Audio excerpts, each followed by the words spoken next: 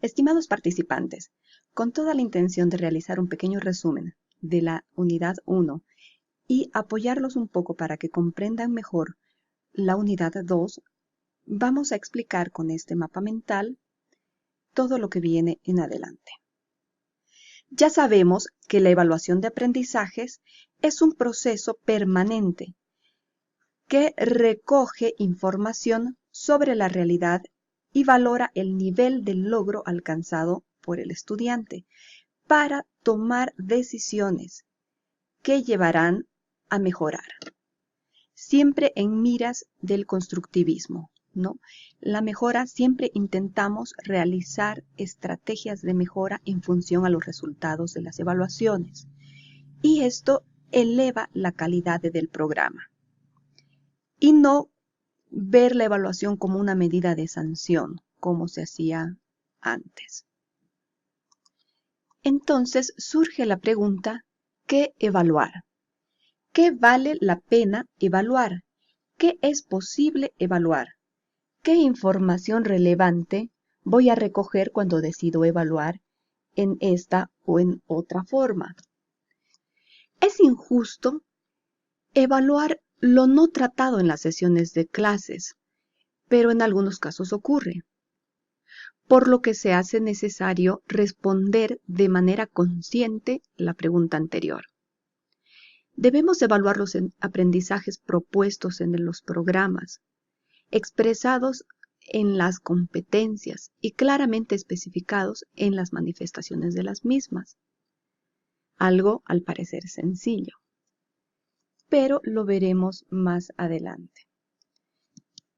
Entonces, vamos a evaluar el grado de desarrollo de las capacidades.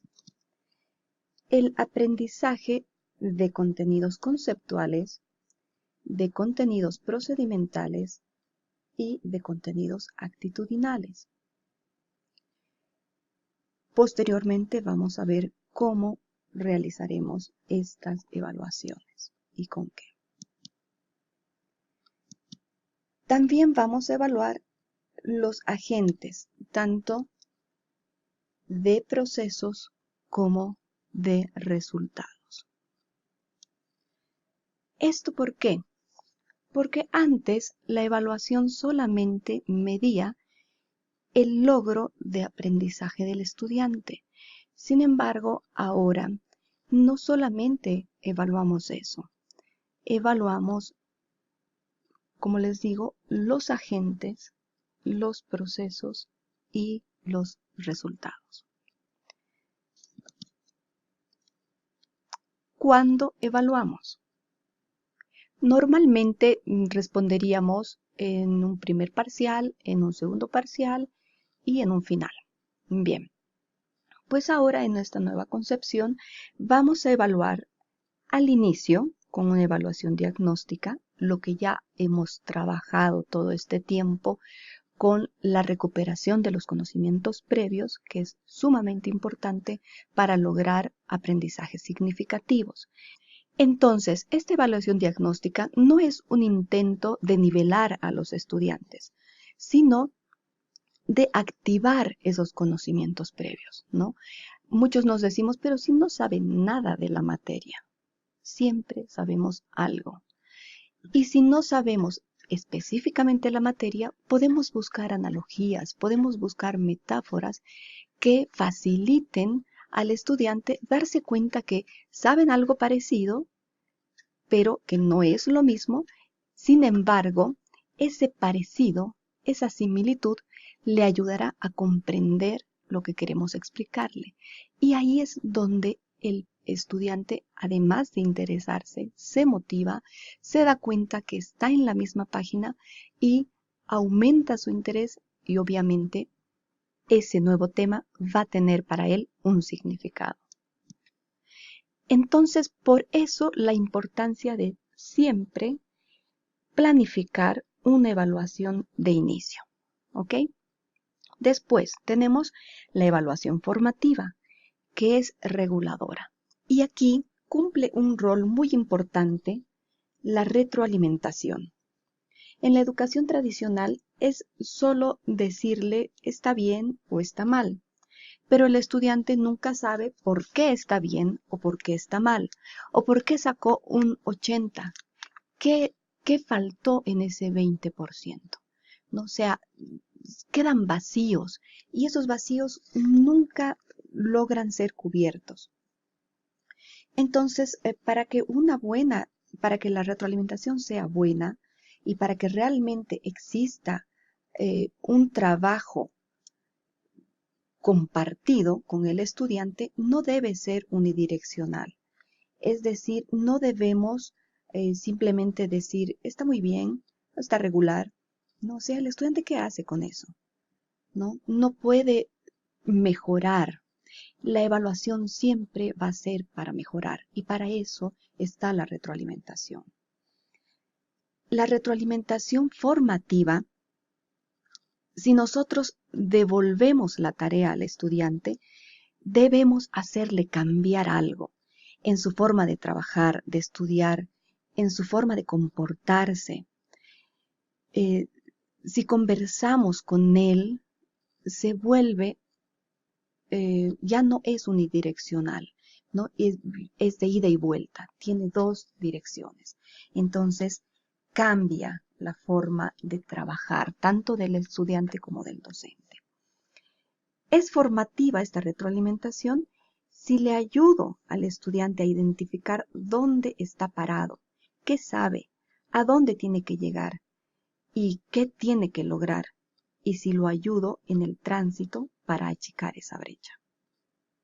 La retroalimentación es motivacional también. Tiene una intencionalidad sobre la parte emocional. ¡Qué excelente trabajo! Si es excelente, ¿por qué no decírselos? Y si está mal, ¿por qué hacer énfasis en el error? Podríamos decir, tu trabajo necesita mejoras, ¿no? Está bien impactar sobre la autoestima, pero no alcanza. Necesitamos impactar sobre la tarea, sobre la producción, sobre la manera en la que se resuelven los problemas. Entonces, ¿cómo debe ser una retroalimentación? Debe ser focalizada. Debemos de buscar lo realmente importante a ser mejorado. Debemos contribuir a identificar las fortalezas. Debemos ofrecer preguntas que ayuden al estudiante a reflexionar sobre sus aprendizajes. Debemos eliminar lo punitivo. Ya les dije, no miremos el error. Siempre tenemos que tratar de encontrar las cosas buenas que hizo. Debemos utilizar un lenguaje accesible cuando retroalimentamos, ¿no? No podemos decirle, desarrollaste tus habilidades metacognitivas bajo tal paradigma, o sea, no nos va a entender, ¿no es cierto? Entonces, necesitamos en esta parte de la evaluación formativa, formar al estudiante. Con las actividades evaluativas se están formando, están aprendiendo y a la vez están siendo evaluados, están siendo calificados, está sumando una nota. Entonces, y después viene la evaluación final. En la evaluación final vamos a utilizar otro tipo de herramientas, ya puede ser la prueba escrita, en la que sí se van a sentir nerviosos como antes tal vez, o simplemente hacemos una síntesis, que ellos hagan una síntesis de toda la temática, de toda la unidad. Y así, sin darse cuenta, están siendo evaluados y sin estrés, sin nervios, y están dando todo lo mejor de ellos, porque cuando se arma un ambiente en el que se generan actividades lúdicas, lúdicas significa divertidas, en el que el estudiante se siente a gusto, en el que quiere ir a clases, en el que se siente motivado, porque el docente planifica actividades creativas, actividades en las que todos participan y todos son evaluados, porque el tutor está paso a paso detrás de ellos viendo lo que hacen, cómo lo hacen, quiénes lo hacen, y genera este ambiente en el que, sin darse cuenta, están siendo evaluados. Ahora me preguntarán, ¿y qué pasa en un aula masificada? Es la pregunta de siempre.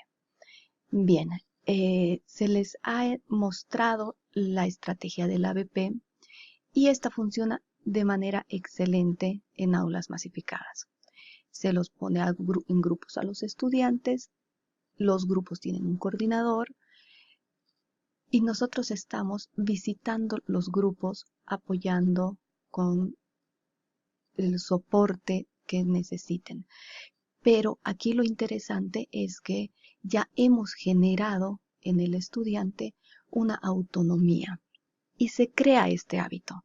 El estudiante se acostumbra a leer antes de clases, a venir ya con un producto, a trabajarlo dentro de clases y nosotros solamente guiamos este proceso. Entonces, es mucho más fácil incluso trabajar así, aún sean muchos en la clase. Continuamos y nos preguntamos ahora, ¿quién evalúa? Tradicionalmente evalúa el docente, solamente, ¿no es cierto? Bien, ahora ya hemos visto que nosotros nos podemos evaluar. Y la pregunta aquí es, ¿cómo sabemos los docentes que nuestros estudiantes aprendieron?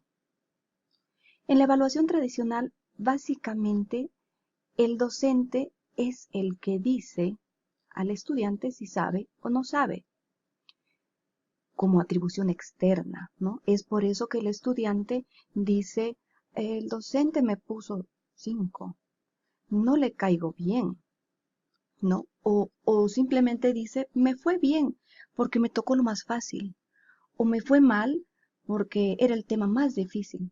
Es que no le caigo al docente, ¿no? Entonces se atribuye a lo externo y poco sabe el estudiante si en verdad sabe. Y, como ya les dije antes, el estudiante no sabe por qué se sacó 80 sobre 100, ¿no? Entonces, se vuelve tan externo que no hay oportunidad para que el estudiante crea conciencia de cómo le fue y por qué le fue como le fue, como una oportunidad de aprender. Que los estudiantes pongan sus saberes visibles, que vean sus logros, aprender a reconocer sus debilidades y fortalezas, sus estilos de aprendizaje, que ellos vean cómo han aprendido. Queremos saber lo que saben, pero dentro del marco de la sinceridad y de la honestidad. Que visualicen sus logros, que sean conscientes de lo que saben, de lo que han aprendido, de una manera autónoma, no de afuera, no que alguien venga y le diga, tú sí sabes, tú no sabes. Porque con esta información sabremos dónde estamos parados para poder planear el futuro, para poder mejorar las planificaciones e impactar en la mejora de los aprendizajes. Porque si creamos conciencia en los estudiantes que ellos son los protagonistas, seguramente les va a ir mejor. El estudiante tiene que hacerse responsable de su propio aprendizaje, pero para ser protagonista de la película, esta película debe ser interesante. ¿Y de quién depende eso? ¿Quién es el que planifica esta película? Somos los docentes. Entonces, a la hora de realizar su planificación, procuren que sea lo más interesante, lo más creativa y lo más divertida posible. ya que los nuevos estudios de neurociencia afirman que el estudiante aprende mejor en un ambiente lúdico. Entonces, nuestro rol como docentes es implantar, es promover la cultura de la autoevaluación desde la honestidad,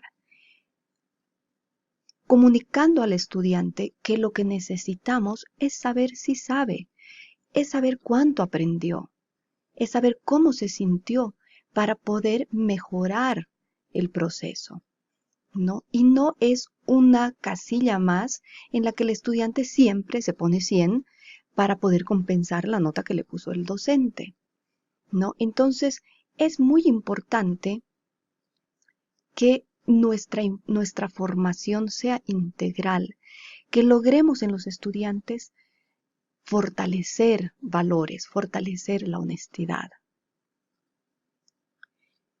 Bien, entonces continuamos. ¿Quiénes más evalúan? Evalúan los estudiantes, entre ellos. A esto se llama coevaluación y lo vamos a ver en la siguiente unidad. ¿Cómo funciona? Se evalúan entre pares. Un estudiante evalúa al otro, el otro al otro, puede ser en cadena o puede ser tú me evalúas a mí, yo te evalúo a ti, puede ser grupal, el grupo A coevalúa al grupo B y así sucesivamente, ¿no? ¿Alguna vez genera discusión, polémica? ¿Por qué nos ha puesto 80 si nosotros le hemos puesto 90? Entonces, la cultura que debemos crear es la honestidad, otra vez repito, ¿no? Debemos ser honestos al coevaluar y también debemos ser responsables.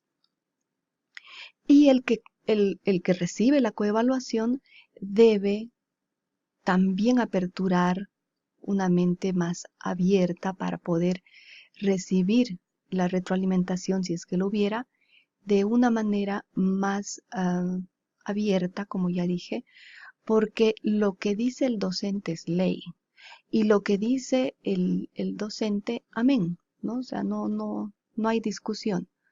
Pero cuando lo dice un compañero choca, ¿no? Entonces, esto es lo que debemos cambiar. Debemos aceptar opiniones ajenas, debemos aceptar otros criterios.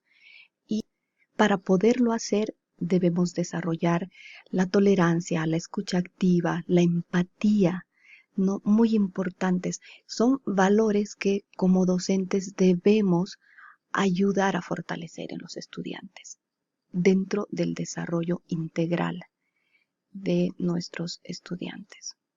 Y bueno, para terminar, tenemos la evaluación que todos conocemos, la heteroevaluación, que es así como se llama, el que el docente evalúe a todos los estudiantes.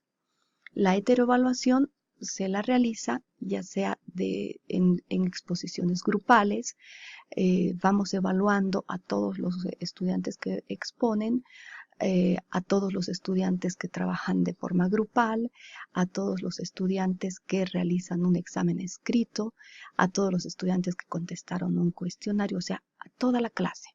El docente evalúa a toda la clase, ya sea por grupos o ya sea a todos en general. Para esto utilizamos las pruebas escritas, también utilizamos las rúbricas, también utilizamos las listas de cotejo si es que son, la evaluación va a ser mediante la observación.